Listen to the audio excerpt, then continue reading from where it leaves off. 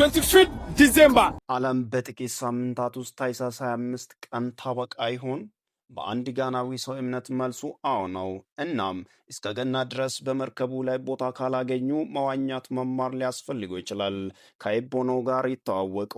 ይህ ሰው እንደሚለው የሰውን ዘር የሚያጠፋ የጥፋት ውሃ ክፍል 2 እንደሚመጣ ከእግዚአብሔር ቀጥተኛ ራእይ ተቀብያለሁ ይላል።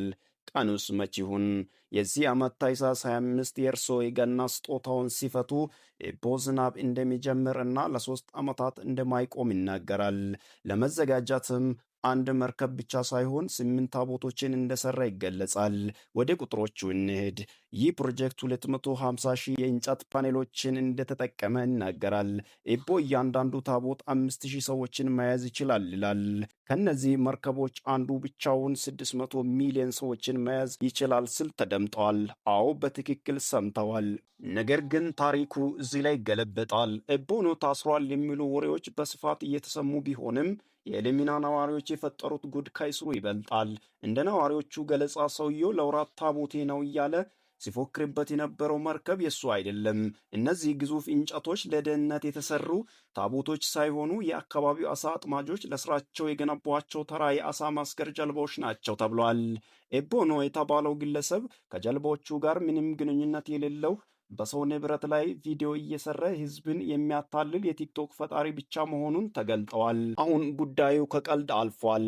የጋና የጸጥታ ተንታኞች ሰውየው በሐሰተኛ ትንቢት ህዝብን በማሸበርና ፍርሃት በመፍጠር ወንጀል በአስቸኳይ እንዲታሰር እየጠየቁ ነው። ፖሊስም ዓይንን እንደጣለበት ተዘግቧል። ነገሩ ሲጠበቅበት ጓደኛችን አሁንም ዜማውን ቀይሮ የጥፋት ውሃ የሚመጣበትን ዓመተ ምህረት አልጠቀስኩም ማለት ጀምረዋል። ስለዚህ ጥያቄው በገና ቀን እኛ የት እንገናኝ?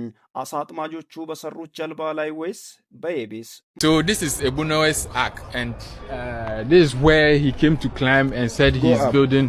Go up. So let me climb up and see what's inside. Guys. Wow. Guys, so I've come to where Ebonowa said he's building the ark, and this is the exact ark that he said he's building. And this is not an ark, it's a boat. It's a fishing boat. It's a fishing boat. Yeah, it's a fishing boat. And so if should in case the rain starts, how are we going to survive in this?